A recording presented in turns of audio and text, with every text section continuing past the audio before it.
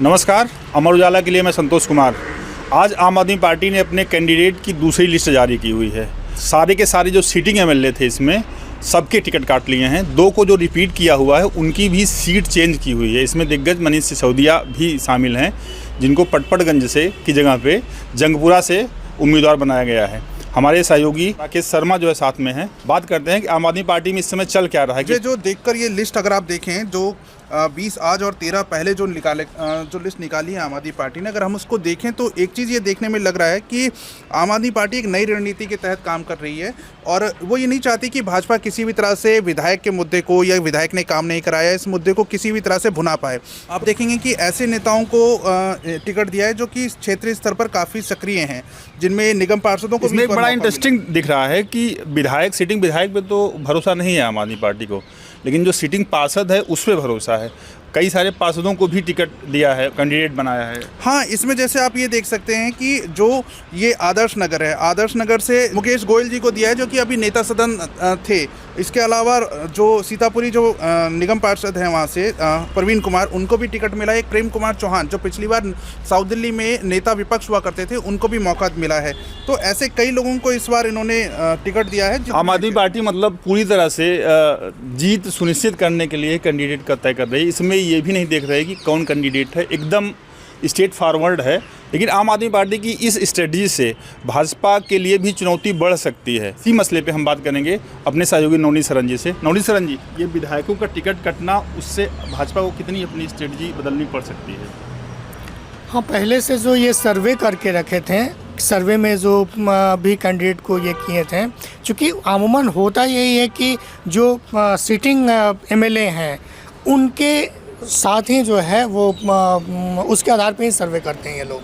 तो अब सर्वे जो है फिर से इनको रीसर्वे कराने की ज़रूरत पड़ जाएगी, क्योंकि अमूमन ये देखने को मिलता है कई जगहों पे कि ये अपनी स्ट्रेटजी थोड़ा बहुत जो है कास्ट वाइज भी देखते हैं ये, तो इसमें इनको लेकिन इसमें तो भाजपा की महारत है ना। भाजपा कंटिन्यूसली कैंडिडेट चेंज करती है। दिल्ली में ही जो निगम चुनाव हुए थे उसमें भाजपा ने अपने कैंडिडेट चेंज किए थे। 2019 में अगर आप देखेंगे संसदीय चुनाव में छत्तीसगढ़ में सारे सांसदों को हटा दिया था। गुजरात में भी यही स्ट्रेटजी अपनाते हैं कि इससे होता यह है कि जो कैंडिडेट के खिलाफ लोगों में गुस्सा है उसको जो है न्यूट्रलाइज किया सके। बिल्कुल, ये केंद्रीय गृह मंत्री जो हैं अमित शाह, पहला एक्सपेरिमेंट एमसीडी में किया था इन्होंने। और पिछले लोकसभा में भी आप देखिए कि एक मनोज तिवारी को छोड़ के सारे अपने सिटिंग एमपी को उन्होंने चेंज कर दिया था उसमें। तो अब उसी तरह से कुछ आम आदमी पार्टी भी उसी स्ट्रेटजी पे काम कर रही है। जिस हिसाब से विधायकों के टिकट काट रही है उसमें 2-3 चीज़ें बहुत स्पष्ट तौर पे दिख जाती हैं। नंबर 1 कि विधायकों के खिलाफ ग्राउंड में कहीं न कहीं से एंटी इनकम्बेंसी है, सत्ता के विरोध की लहर है, इसलिए टिकट काटे जा रहे हैं, जिसका आम आदमी पार्टी लगातार ये भी कहती है, दलील भी देती है कि हमने ग्राउंड लेवल सर्वे कराया है। दूसरा ये कि नए चेहरों के थ्रू, वो चेहरे ऐसे नहीं हैं कि वो चेहरे अननोन फेस हैं, राजनीतिक सक्रियता है उनकी अपने इलाके में, ऐसे लोगों को टिकट दे रही है। इस तरह ये कहा जा सकता है कि आम आदमी पार्टी डू और डाई, मतलब करो या मरो वाली स्ट्रेटजी पे काम कर रही है। इसीलिए जो अभी तक सीटें अनाउंस हुई हैं उसमें एक भी आम आदमी पार्टी का विधायक अपनी सीट से दोबारा रिपीट नहीं किया गया है। जिन 2 विधायकों को रिपीट किया गया है, मनीष सिसोदिया, राखी बिरलान, उनकी भी सीट चेंज कर दी गई है। नवनीत जी, इससे भाजपा की स्ट्रेटजी पे क्या इम्पैक्ट पड़ेगा? सचदेवा जी जो स्टेट प्रेसिडेंट हैं वो कह रहे थे कि ये आम आदमी पार्टी जो है वो डर गई है। उसमें 2-3 सवाल, 2-3 मुद्दा उन्होंने उठाया कि एक तो कहते हैं कि हम परिवारवाद वाले पार्टी नहीं है। उसमें जो विधायक थे जैसे चांदनी चौक से और कृष्णा नगर से, तो उनके 2 बेटों को दिया गया है।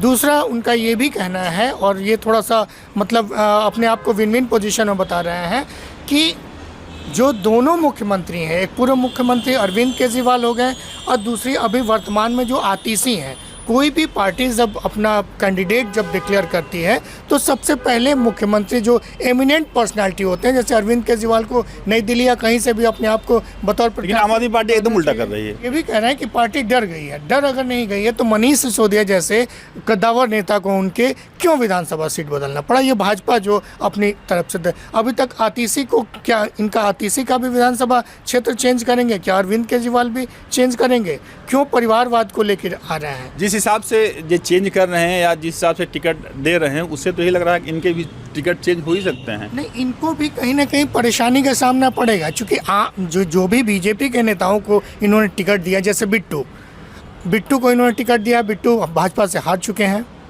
इसी तरीके से और कई विरोध भी हुआ था तिमारपुर में। कुछ विरोध हुआ था, चूंकि वहाँ पे संगठन मंत्री जो इनके आम आदमी पार्टी के ही हैं, दिलीप पांडे, उनका टिकट तिमारपुर विधानसभा से कट गया है।